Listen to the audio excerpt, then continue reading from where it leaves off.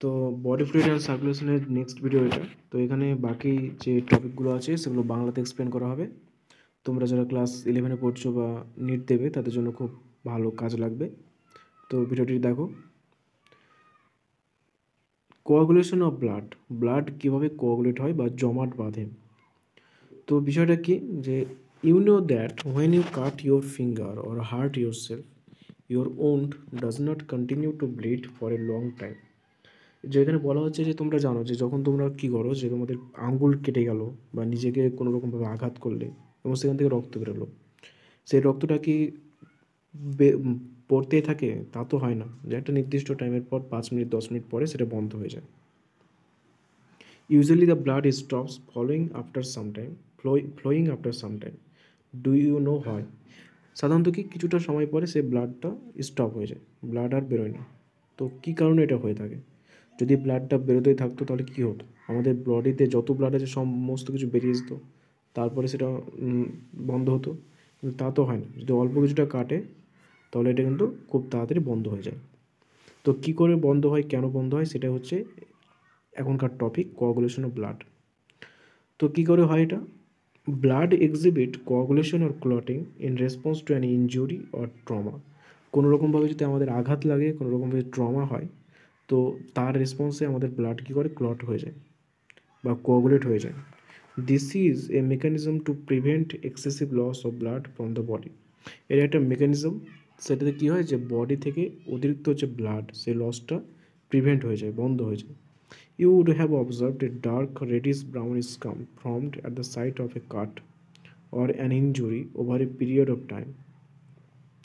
যে কোনো একটা জায়গা যদি কেটে যায়, কোনো একটা জায়গাতে যদি আঘাত লাগে, তো দেখা যাবে সেখানে একটা ডার্ক, ঘন কালো, রেডিশ ব্রাউন স্কাম, লাল ব্রাউন স্কাম তৈরি হয় কিছু সময় পরে। যে একটা জায়গা কেটে গেল, কিছুক্ষণ রক্ত বেরোলো, রক্ত বেরোনোর পর দেখা যাবে সেই জায়গাটা লাল হয়ে গেছে, লালচে কালো হয়ে গেছে, আর একটা কেমন একটি স্কাম তৈরি হয়েছে কোনো একটা জায়গায় কেটে যাওয়ার পর।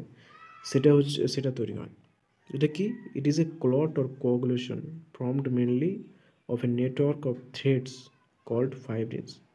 তো এটাই হচ্ছে ক্লট বা কোয়াগুলেটেড ব্লাড। কী দিয়ে তৈরি হয় এটা? এটা নেটওয়ার্ক অফ থ্রেডস, সুতো দিয়ে তৈরি হয়। অনেকগুলো সুতোর নেটওয়ার্ক দিয়ে তৈরি হয়। সুতো অনেকগুলো জড়িয়ে পেঁচিয়ে তৈরি হয়। তার সেই সুতোগুলোর নাম কি? ফাইব্রিনস। In which dead and damaged formed elements of bloods are trapped. তার মধ্যে কী হয়েছে? ডেড এবং ড্যামেজড ফর্মড এলিমেন্টস, মানে যে সমস্ত আরবিসি ডাব্লিউবিসি যেগুলো ধ্বংস হয়ে গেছে, সেই ধ্বংস হয়ে যাওয়ার পরে এই যে নেটওয়ার্ক আছে, এই যে সুতোর নেটওয়ার্ক আছে, সেখানে আটকে যায়, সেখানে ট্র্যাপড হয়ে যায় এই স্কামের ওপরে। এটা কী দিয়ে তৈরি? ফাইব্রিন দিয়ে তৈরি। নেটওয়ার্ক অফ থ্রেডস, সুতো দিয়ে তৈরি। সুতোর নাম কি? ফাইব্রিন। এর মধ্যে কী হয় যে কোনো একটা জায়গাতে কেটে গেলে আরবিসি ডাব্লিউবিসি তো কেটে যাচ্ছে, নষ্ট হয়ে যাচ্ছে, সেগুলো এখানে জমা হয়ে যায়। Fibrins are formed by the conversion of inactive fibrinogens in the plasma by the enzyme thrombin. তো এই ফাইব্রিন কীভাবে তৈরি হয়? ফাইব্রিন তৈরি হচ্ছে কি, যে আমাদের ফাইব্রিনোজেন থাকে প্লাজমার মধ্যে, থাকে ফাইব্রিনোজেন থাকে প্লাজমার মধ্যে, ফাইব্রিনোজেন থাকে প্লাজমার মধ্যে। তো সেখানে কি কাজ করে? থ্রম্বিন কাজ করে। থ্রম্বিন, THROMBIN, থ্রম্বিন কাজ করে। সেই থ্রম্বিন এনজাইম ফাইব্রিনোজেনকে ফাইব্রিনে কনভার্ট করে। যেই ফাইব্রিন সুতো দিয়ে আমাদের বডিটা, আমাদের যে স্কামটা তৈরি হয়। Thrombins in turn are formed from another inactive substance present in the plasma called prothrombin. থ্রম্বিনটা আবার কীভাবে তৈরি হয়? যে থ্রম্বিন ফাইব্রিনোজেনকে ফাইব্রিনে কনভার্ট করলো, সেই থ্রম্বিনটা কী থেকে তৈরি হচ্ছে? থ্রম্বিনোজেন থেকে, সেটা প্রোথ্রম্বিন থেকে। An enzyme complex thrombokinase is required from the above reaction. তো আমাদের প্লাজমার মধ্যে কী থাকে? প্রোথ্রম্বিন থাকে।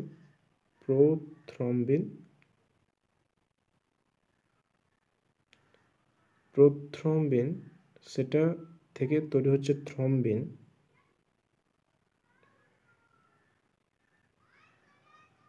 আর এখানে যে এনজাইমটা কাজ করছে সেটা হচ্ছে থ্রম্বোকাইনেজ।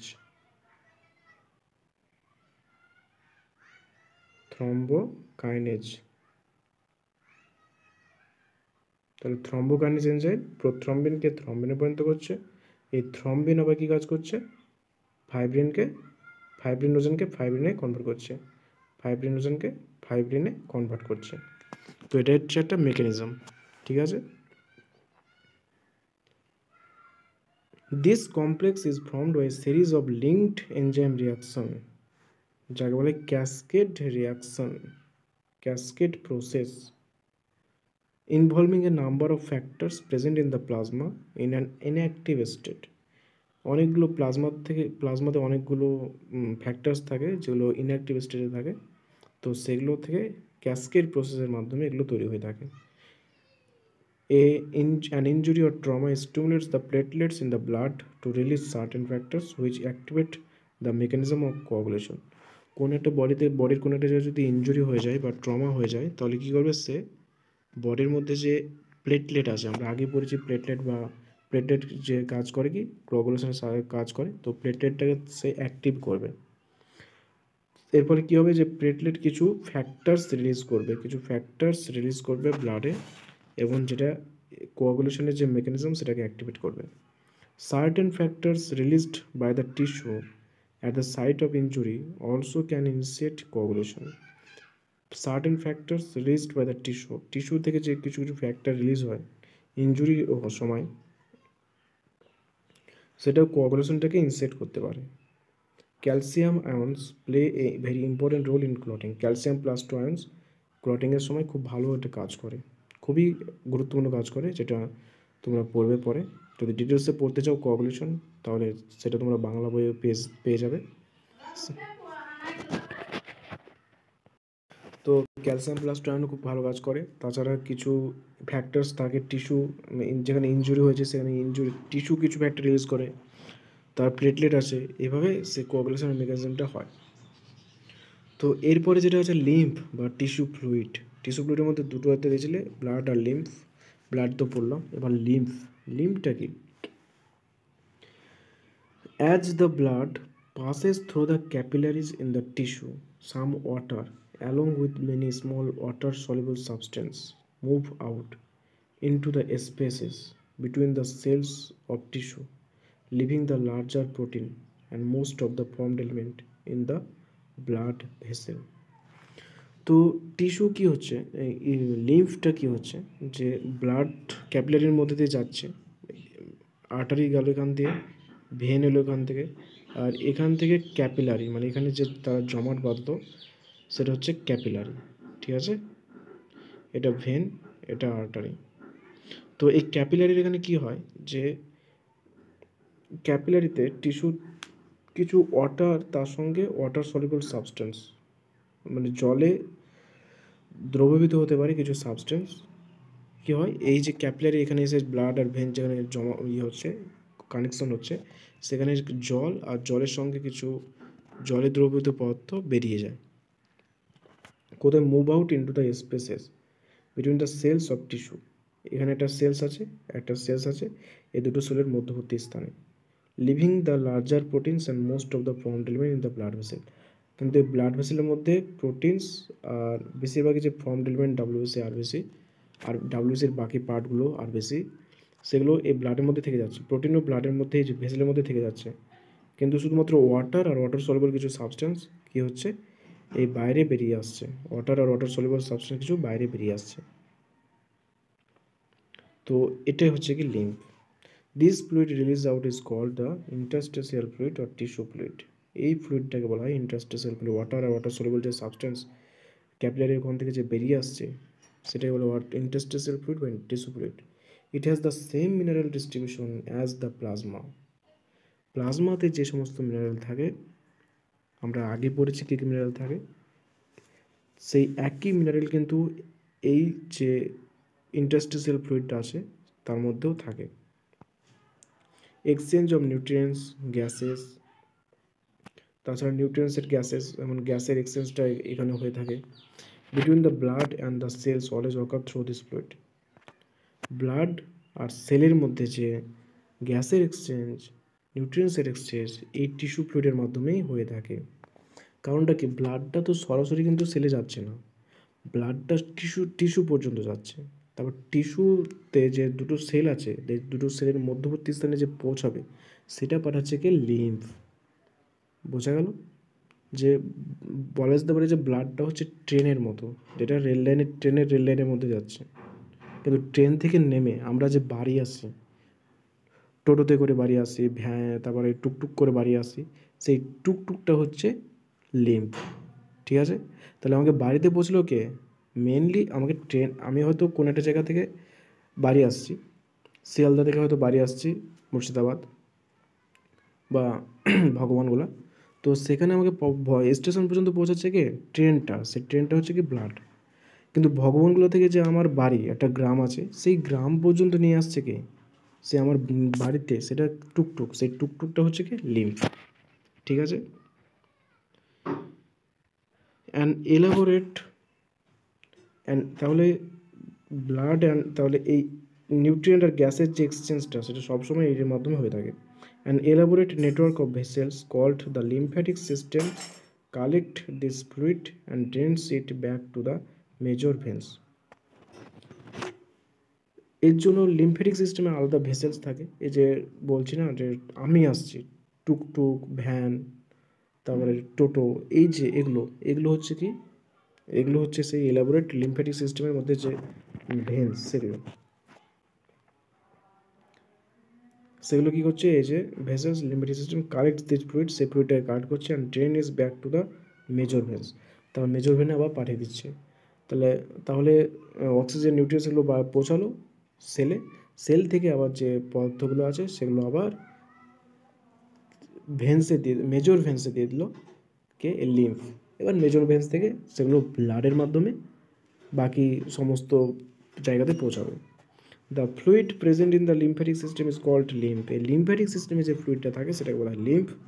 Lymph is a colourless fluid containing specialised lymphocytes. এটাও কালারলেস হয়ে থাকে, যার মধ্যে থাকে কি লিম্ফোসাইট থাকে, which are responsible for the immuno response of the body.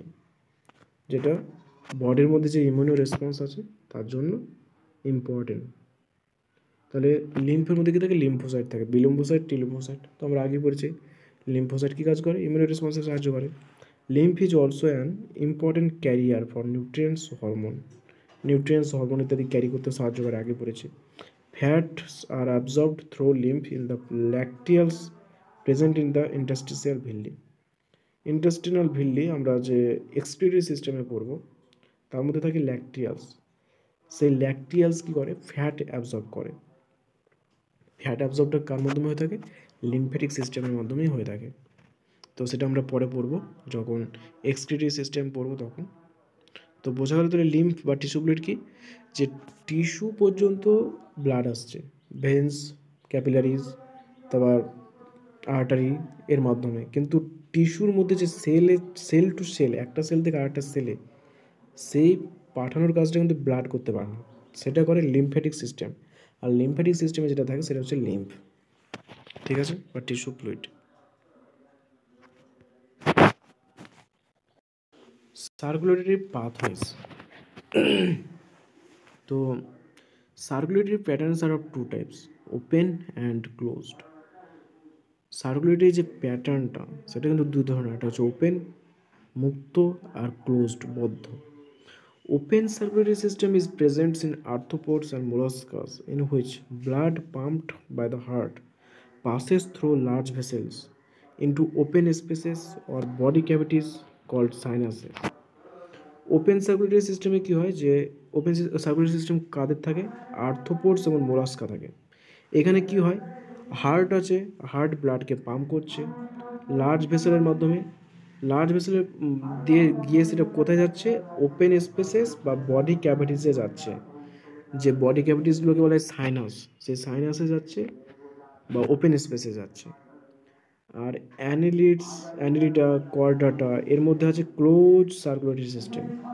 Close circulatory সিস্টেমে কী হয়, blood pumped by the heart is always circulate through a close network of blood vessel. হার্টের মাধ্যমে যে যাচ্ছে ক্লোজ নেটওয়ার্ক অফ ব্লাড ভেসেলের একটা নেটওয়ার্কের মাধ্যমে সবসময় ব্লাডটা পরিবহিত হবে। This pattern is consider to be more advantageous as the flow of fluid can be more precisely regulated. তাহলে কোনটা বেশি advance? Closed circulatory system advance. কেন অ্যাডভান্স? কারণ এটা প্রিসাইজলি রেগুলেটেড করা হয়। তাহলে দুটো সিস্টেম আছে, একটা ওপেন একটা ক্লোজড। ওপেনে কি হয় যে হার্ট থেকে ভেসেলসে যাচ্ছে, ভেসেল থেকে একটা মুক্ত একটা ওপেন জায়গাতে চলে যাচ্ছে, সাইনাস যাকে বলা হয়, বডি ক্যাভিটিস সেখানে। ক্লোজে কি হচ্ছে? ক্লোজে ওপেনলি যাচ্ছে না, সর্বদা একটা ভেসেলসের মাধ্যমে যাচ্ছে, আর্টারি থেকে আর্টেরিয়ালসের, তারপর সেটা সেলস টিস্যুর যে লেভেলে যখন পৌঁছাচ্ছে তখন সেটা লিম্ফের মাধ্যমে পরিবহন হচ্ছে, কিন্তু সবসময় কিছু না কিছু একটা থাকছে পরিবহন ব্যবস্থা, ওপেন জায়গাতে কখনো যাচ্ছে না। ক্লোজটা বেশি advance. All vertebrates possesses a muscular chamber heart. প্রত্যেকটা ভার্টিব্রার মধ্যে কি থাকে? হার্ট থাকে, যেটা muscular. Fishes have a two chamber heart with an atrium and ventricle. মাছ যারা আছে, ফিশ যারা আছে, তাদের হার্টের দুটো চেম্বার থাকে, একটা অ্যাট্রিয়াম একটা ventricle. Amphibians and the reptiles except crocodiles have three chamber heart. Amphibian এবং রেপটাইলের হার্ট আছে, সেখানে তিনটে চেম্বার থাকে, দুটো আর্টিয়া আর একটা ভেন্ট্রিকল। কিন্তু ক্রোকোডাইল ছাড়া, এটা ইম্পর্টেন্ট, ক্রোকোডাইলে কিন্তু চারটে চেম্বার থাকে। whereas crocodile, birds and mammals possess a four chamber heart. Crocodile, bird এবং ম্যামালসে হার্ট থাকে চারটে চেম্বার, দুটো আর্ট্রিয়া দুটো ventricle. In fishes the heart pumps out deoxygenated blood which is oxygenated by the gills and supplied to the body parts. তাহলে ফিশের ক্ষেত্রে কি হচ্ছে যে যারা ফিশ আছে তাদের যে হার্ট আছে, সে হার্টটাকে ডিঅক্সিজেনেটেড ব্লাড পাম্প করছে। ডিঅক্সিজেনেটেড ব্লাডটা কোথায় যাচ্ছে? গিলসে যাচ্ছে, সে গিলসে গিয়ে সেটা অক্সিজেনেটেড হচ্ছে।